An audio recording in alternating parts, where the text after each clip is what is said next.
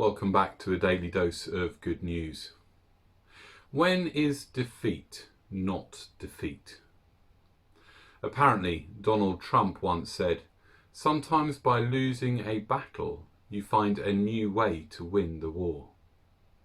It could be in losing a battle, you recognise your weaknesses, those things you need to change or strengthen to come back stronger and prevail in the end.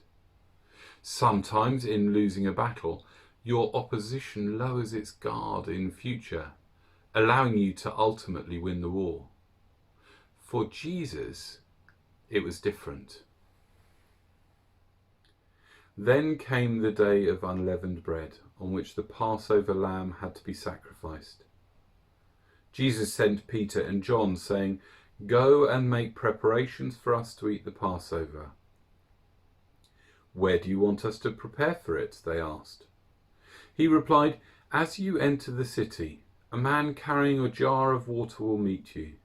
Follow him to the house he enters, and say to the owner of the house, 'The teacher asks, where is the guest room where I may eat with the Passover with my disciples?' He will show you a large upper room, all furnished.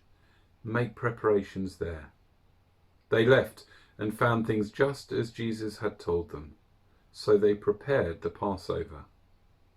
When the hour came, Jesus and his apostles reclined at the table, and he said to them, "I have eagerly desired to eat this Passover with you before I suffer.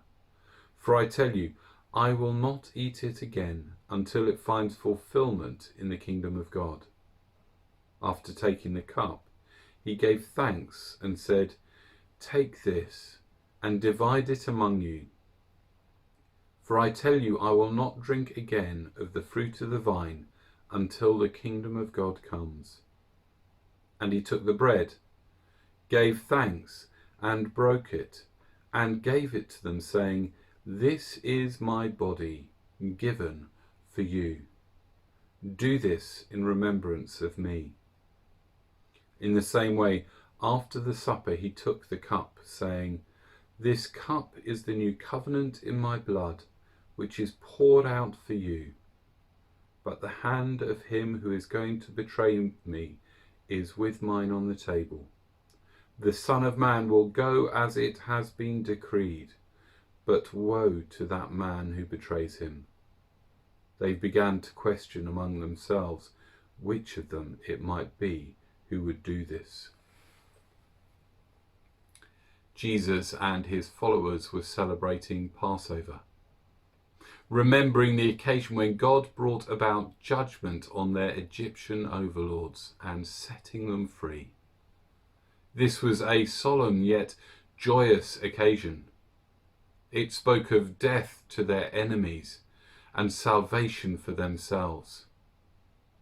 But this year, Jesus was rebranding it. From now on, it was going to be Jesus' death they would be remembering. His body was going to be given, his blood poured out. His betrayer would get his wish, but woe to him. The thing is, although this would look like defeat, it wasn't going to be defeat. Death would seem like the end, victory for the forces of evil, but this was all part of God's plan. The Son of Man will go as it has been decreed. No matter what it looked like from the outside or from the dark side, this was not defeat for Jesus. This was pre-planned. This was the precursor to ultimate victory, and it would be remembered as such for all generations to come. Jesus' death would be good news for all people. See you tomorrow.